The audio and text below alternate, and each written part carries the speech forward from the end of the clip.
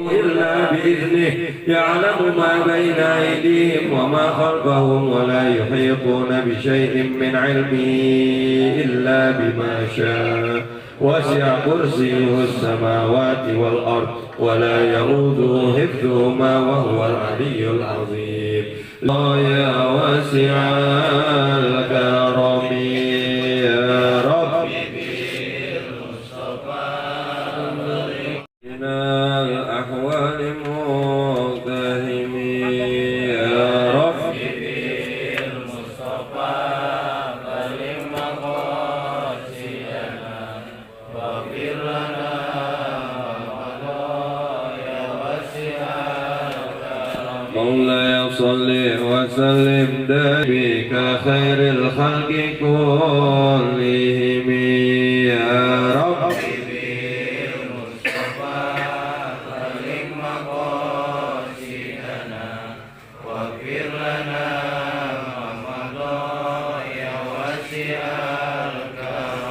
صل وسلم وبارك عليه. Alhamdulillah berdoa tahlil tahmid semuanya mudah-mudahan kita panjatkan diterima oleh Allah Subhanahu wa taala, dosa-dosa kita diampuni, dosa-dosa dan kesalahan kita diampuni, wabil khusus untuk almarhum Firdaus bin Naif mudah-mudahan juga diampuni dosa-dosanya oleh Allah Subhanahu wa taala, keluarga yang ditinggal diberikan kesabaran, ketabahan, kekuatan dan mudah-mudahan diberikan ridhonya Allah Subhanahu wa taala. Amin ya Allah ya Rabb. Alhamdulillah ini malam Allah kasih cerah, alhamdulillah. Tadi siang kita diguyur hujan sedikit, mudah-mudahan guyuran hujan yang tadi siang sore jadi rahmat buat kita, jadi bentuk bahwasanya ini adalah kasih sayang Allah Subhanahu wa taala. Tapi biasa begitu kalau habis hujan bawaannya gerah, bener ya? Ya benar. Habis hujan bawaannya gerah. Nah, itu almarhum meninggalkan istri dan juga anak, berarti lingkungan kita ketambahan lagi Pak RT, anak yatim Pak RT. Pak RT, anak yatim nambah lagi teh. Ya, jadi ini adalah bagian daripada rencana Allah. Jadi kalau dibilangin umur mah nggak ada yang tahu, bohong. Umur mah kita tahu semua, Pak. Benar apa benar? Benar. Umurnya berapa? 32 tahu berarti. Tadi ngomongnya MC umur nggak ada yang tahu, tahu.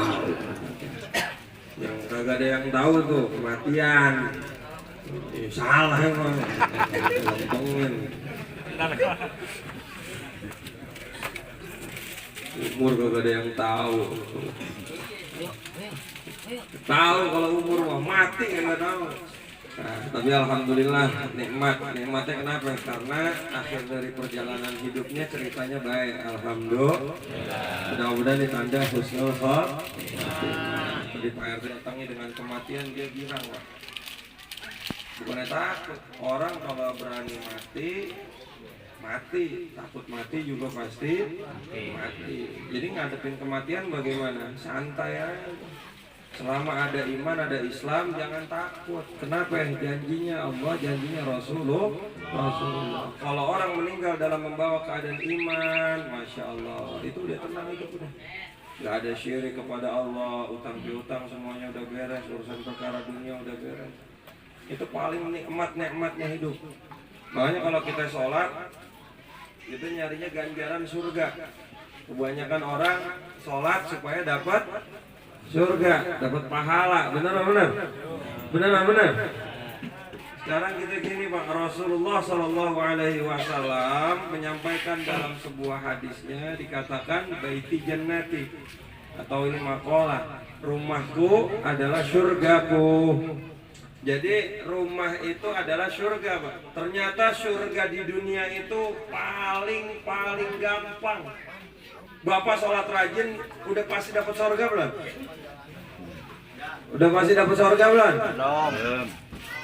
Udah pasti dapat surga belum? Belum. Ya kalau sholatnya gara-gara takut sama mertua ya juga nggak ada. Dapat surga kayak begitu? Nggak akal.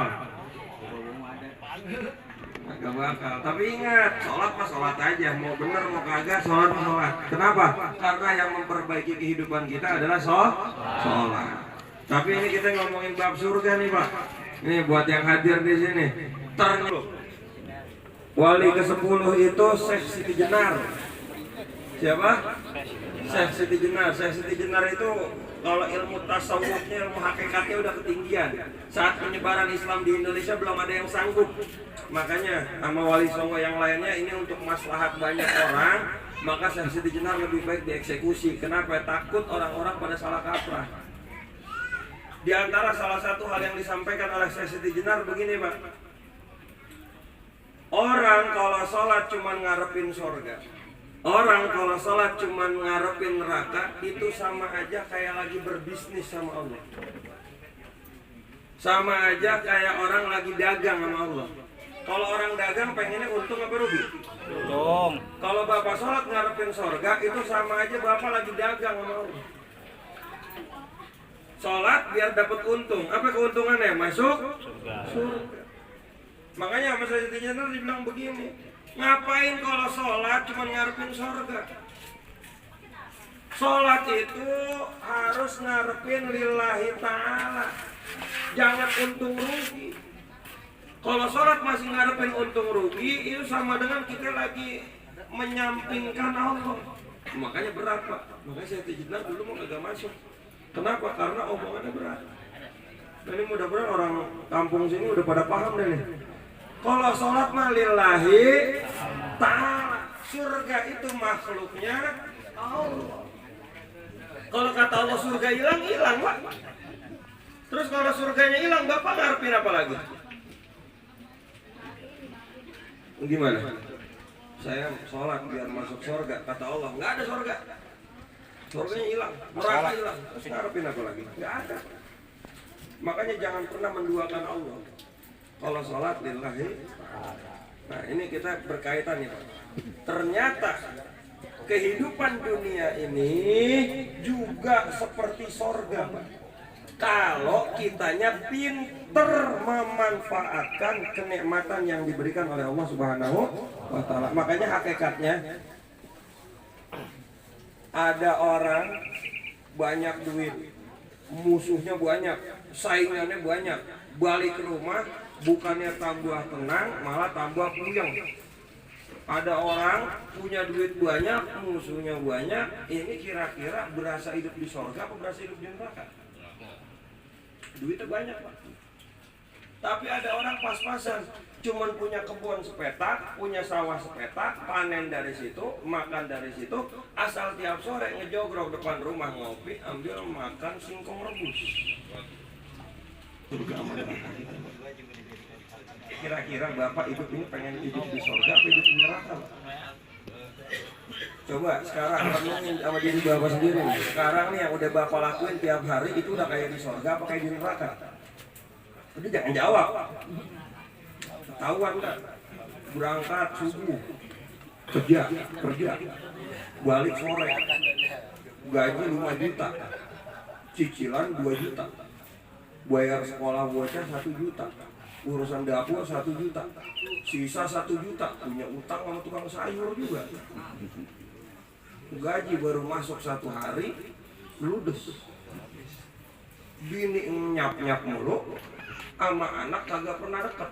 Gara-gara berangkat pagi, pulang malam. Anak berangkat masih tidur, pulang-pulang anak udah tidur. Ini kira-kira orang hidup begini di neraka apa di surga sih?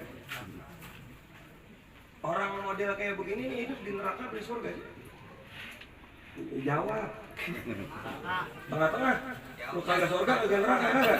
Surga kagak, neraka kagak. Ini ibarat kata kayak orang gila, Pak. Lah bener-bener orang gila mah kagak masuk surga, kagak masuk neraka, tengah. Kakak anak kamu tuh bodoh. Maksudnya apa? Kita itu bayangin seakan-akan hidup di dunia itu selama-lamanya. Bukan nyari sebanyak-banyaknya, bukan, tapi santai aja. Orang hidup selama-lamanya. Kalau Bapak hidup selama-lamanya kira-kira mau santai apa mau buru-buru nyari duit? Pak, Kalau Allah bilang umur kita panjang mau santai atau mau buru-buru? Ini banyak orang yang salah nafsirin. Orang bilang hidup di dunia seakan-akan selama-lamanya, akhirnya pada kerja aja, nyari duit aja. Orang kita hidup selama-lamanya jadi butuh bekal dan lain sebagainya. Enggak, maksudnya tuh kalau buat perkara dunia mah santai aja. Punya duit alhamdulillah, enggak punya duit naudzubillah, begitu aja. Ya kita kebanyakan mikir, ya elah pengen keluar cepet doang lagi duit. Cukup kagak beli bensin. Padahal tuh bensin cepet sama cepet motor sama cepet mobil sama apa beda? Dapat literannya sama apa beda? Sama. Tapi ngapa kuyangnya beda? Boros. Emang kalau motor sekilo berapa liter? Kalau 5 kan girang-girang aja, senang-senang aja. Agak tahu malamnya meninggal. Bener apa bener? Ya. Bener apa bener? Nah saya mah bukan ngata apa-apa, emang itu kenyataannya, santai aja itu. Kalau udah meninggal almarhum masih mikirin nggak? Ntar RT saya gimana pertandingan malam Sabtu besok? Mikirin apa kagak? Kehilangan toser. Iya kehilangan toser kan yang masih hidup. Ini kira-kira almarhum masih mikirin apa kagak? Kagak, Pak. Tapi ujung-ujungnya emang itu kagak dipikirin. Kita doang yang bikin puyeng sama hidup kita sendiri. Kita doang yang menciptakan neraka buat hidup kita sendiri. Padahal Allah udah pastiin. La in syakartum la azidannakum wa la in kafartum inna adzabi lasyadid. Kalau emang kita bersyukur ditambah. Duduk depan rumah sambil bersendagurau, berenceng-kerama, wah elah. Ya begitu udah bahasa anak senja. Jangan mati-matian nyari sesuatu yang gak dibawa mati, Pak. Duit dicari mati-matian, giliran mati kayak kagak dibawa. Tuh duit atuh pun kagak ada yang dibawa. Atuh pun kagak ada, biar kata 1000 perak kagak ada yang dibawa, diselipin di kain kapan kagak ada. Bener apa benar? Bener apa benar? Ini kan kita lagi bulan Agustus nih, Pak. Lagi bulan Agustus, insya Allah kita dikit lagi merdeka, amin. Dan tanda-tanda kalau udah merdeka itu adalah dompet berbaris Soekarno-Hatta, Pak. Kalau dompet udah berbaris Soekarno-Hatta, tandanya sudah merdeka. Tapi kalau dompet isinya masih Patimura, tandanya masih perjuangan, Pak. Kita belum merdeka. Jadi kita dengan cara apa? Dengan cara kita merendah. Jangan terlalu banyak angan-angan, jangan terlalu banyak mimpi, sederhana-sederhana aja. Ini ibarat kata kalau almarhum ini Bang Firdaus, kalau pas lagi main poli kan jadi toser ya. Ya, jadi toser ya kan. Padahal mah kan orangnya pendek ya. Main poli, yang pantas main poli kan saya. Ya, tapi nggak boleh sama RW. Gara-gara KTP-nya masih Jakarta. Sedaftar tenis meja, Gus maaf Gus, KTP-nya kudu Depok. Wah, nggak bisa saya. Depok belum sanggup bayar saya. Enggak, belum bener berarti tempatnya belum sesuai, Pak.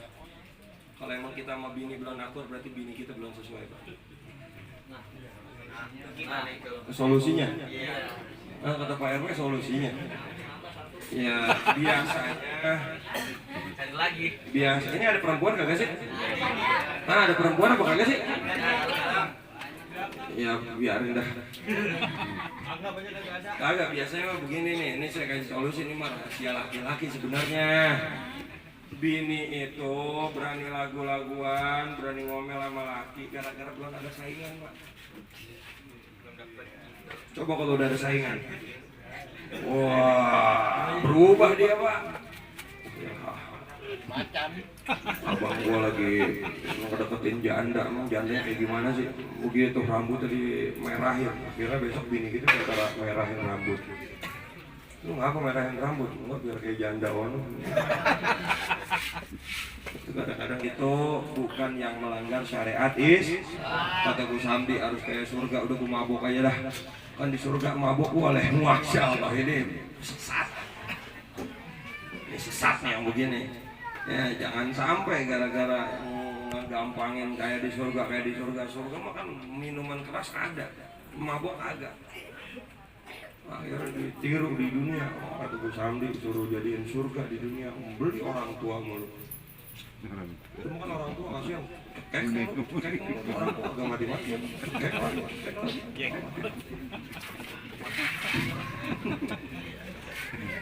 Hidupnya banyak temannya, banyak saudaranya, apalagi almarhum juga semasa hidupnya udah ditinggal sama orang tuanya. Mudah-mudahan dosa-dosanya diampuni oleh Allah Subhanahu wa taala. Dan kita kudu yakin, jangan mudah-mudahan, kudu yakin karena setiap Allah berfirman di dalam Al-Qur'an, ud'uuni astajib lakum, mintalah kepadaku niscaya aku akan kabulkan. Jadi kalau minta ampunan kepada Allah jangan pakai mudah-mudahan lagi lah, pasti diampuni. Udah gitu aja. Selama tidak ada dosa syirik kepada Allah, tidak ada menduakan Allah. Kalau ada syirik kepada Allah, nggak tahu saya. Wallahu a'lam bishawab. Itu hanya Allah yang bisa mengampuni dan sebagainya. Karena Allah itu sifatnya Maha Pengasih, Maha Penyayang, Maha Pengampun. Segala macam dosa-dosa yang kita kerjain di dunia sebanyak apapun, kalau kita balik kepada Allah dengan sebenar-benarnya taubat, dengan sebenar-benarnya insaf, maka Allah akan mengampuni dosa kita selama tidak ada syirik menduakan Allah Subhanahu wa taala. Mudah-mudahan almarhum senantiasa kuburnya dijadikan raudhah min riyadil jannah. Dan cobaan paling berat bagi orang yang meninggal dunia adalah malam pertama, Pak. Buat keluarga jangan sampai ninggalin doa. Buat keluarga jangan sampai ninggalin baca Al-Quran, bikin khatmil Quran setiap hari, bikin, kirimin Fatihah, kirimin arwah, semuanya. Karena cobaan paling berat buat orang yang baru meninggal dunia adalah malam pertama. Anaknya diberikan kesabaran dan kekuatan oleh Allah Subhanahu wa taala. Barangkali ini yang bisa saya sampaikan, kalau kurang datangnya dari saya, benar datangnya dari Allah Subhanahu wa taala. Hadanallahu wa iyyakum ajmain. Ihdinas siratal mustaqim, wallahul muwaffiq ila aqwamit thoriq. Wassalamualaikum warahmatullahi wabarakatuh. Waalaikumsalam warahmatullahi wabarakatuh.